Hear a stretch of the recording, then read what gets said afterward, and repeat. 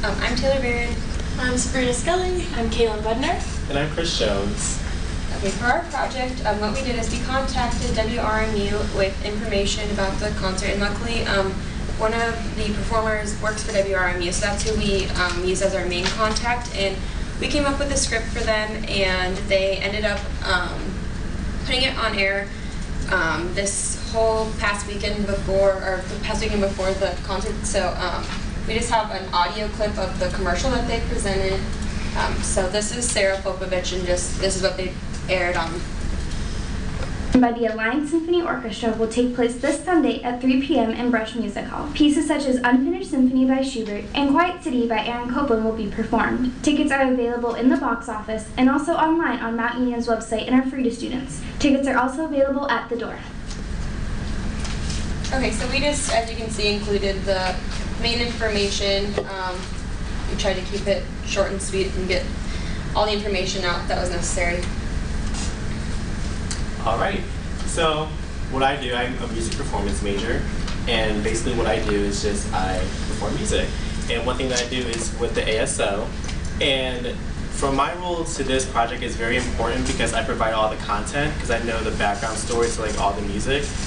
And just like how Taylor just played with the commercial, we made it short and sweet because sometimes you don't need all the extra information because some people have short attention spans and then they'll just go right over it and then they'll ignore the message completely. So with the background information that I can provide in case they did like any interviews or anything, is just the background stories of all the pieces, like Schubert's symphony, how it's his only unfinished symphony, or even Bacchanal by Saint-Saëns is from his opera Samson and Delilah, and that could really draw in the audience if you say like, oh, it's the famous orgy scene, and that will really gather some people in because they'll be very interested in that. So that's my role, and that's why I'm kind of important to this project. Okay. So for our action plan, we were essentially dealing with two components, and that was content and delivery. So content, of course, being any information, anything that's going to inform the audience about the ASO or likewise persuade them hopefully into coming. And for delivery, this is really just focusing on the medium. So going into this, we knew that the content was going to have to take the shape of or be molded into a brief radio commercial. So the question for us was basically, what was the best way to accomplish this? So as an English major, the perspective I sort of brought to the table was sort of sharing that these like two components aren't necessarily separate or non-complicit, that they both sort of depend on or work off of each other. So if the content we've established is too long or too bulky, the delivery will sort of suffer from this and turn into like a dragged out, monotonous infomercial, which we all know it's kind of like turns into white noise, which Taylor will shortly elaborate on. So this sort of, as an English major, this struggle between content and like transferring it into the medium sort of embodies in the most basic sense the art of writing. For example, in the past, I've been faced with the problem of having a lot of really great material or research that, and not enough space or time to deliver this. So similarly, for commercial, it demands to be short and pithy and sort of get to the point. We don't really have the luxury to ramble on because the commercials don't really afford this space. So as a writer who's dealt with this, with these tensions of content versus delivery, my role was ultimately to sift through the facts, stories, angles we could take, and to sort of streamline it, the content to make for an effective delivery.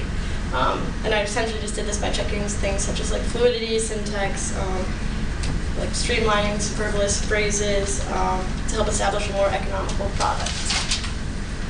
Okay, so with exercise science, I kind of had a hard time applying this to my major, so I kind of took on more of the mindset of just a science major in general. When we write lab reports, our main goal is cut out all the fluff and put the facts on the paper. Like most science lab reports don't have a length as in other classes because they just want the facts, and if you can do that as concisely as possible, that's very important. So kind of what I did was I took all of the facts, when, where, how people could get tickets, and made sure all that information was included in our final product, and tried to help cut out some of the extra junk that is interesting, but when on air might not be very effective in getting people to come.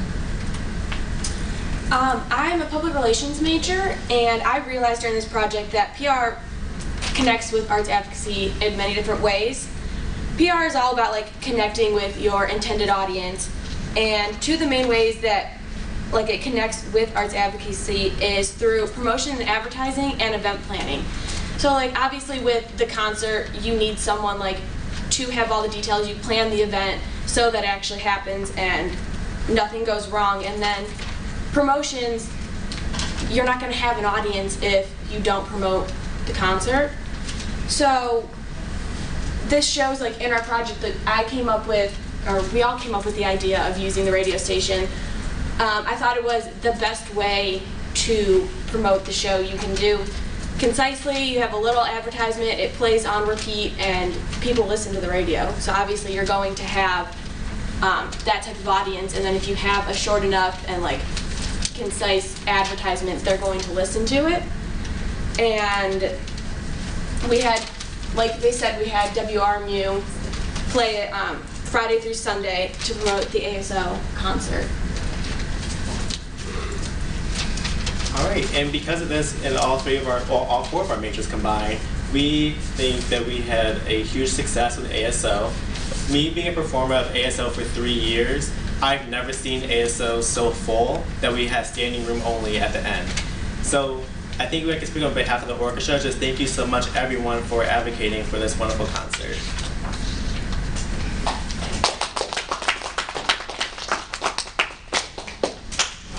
Does anyone have any questions? What was that sound? Right, so I really liked how you used pictures and big scenes of the on your slides. Can you tell me a little bit how you made these decisions on your artistic slides? Well, we just actually we kind of used what we talked about during the TED Talks and like being an effective presenter that people don't really care what's up there. So when you have something visual that works with what you're talking about, it's a lot more interesting and not as much of a distraction. They're more likely to listen to what you actually are saying rather than what's up on the presentation. So we kind of just use that as a guide. We didn't want to be reading off the slides, so we thought that that might kind of help us stay on target. Mm-hmm. Mm-hmm. You seem to come together and work well with designing this project. Can you talk about that working together process for your group? It was interesting. I think if anything, just to see the way everyone thinks differently. I know like you would see like an exercise science major like box them into like strictly analytical, but she's like probably the most artistic one out of all of us. And for me, like to like see how we can sort of, I don't know, have like a common goal and work towards that, and like knowing that like I sort of want to put in like the flouncy details, but then realize like, oh, like from her perspective, like the audience members aren't gonna like really want to listen to that. So it's sort of like a learning process and just taking like different skill sets and bringing it in. But we were all like pretty like type B personalities. You thought that worked out, and nobody was type A, and you know all over you. Quality, but we were all just like, that works. That's good. Interesting. I wouldn't mind hearing. Can you play the ad one more time? Do you mind? It was nice and short, so let's just hear it one more time.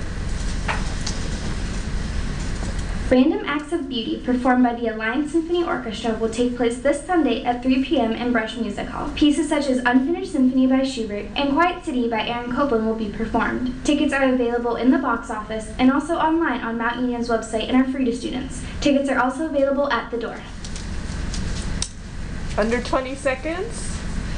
We can kind of remember a few things. The words Quiet City stuck out to me. Anything else stick out to people? What do you remember from hearing that ad? Tickets. Free tickets, yes. Free tickets for students, and that's who they were trying to market to in many ways, so that's good. All right. Well done. Thank you very much. Any other questions for them?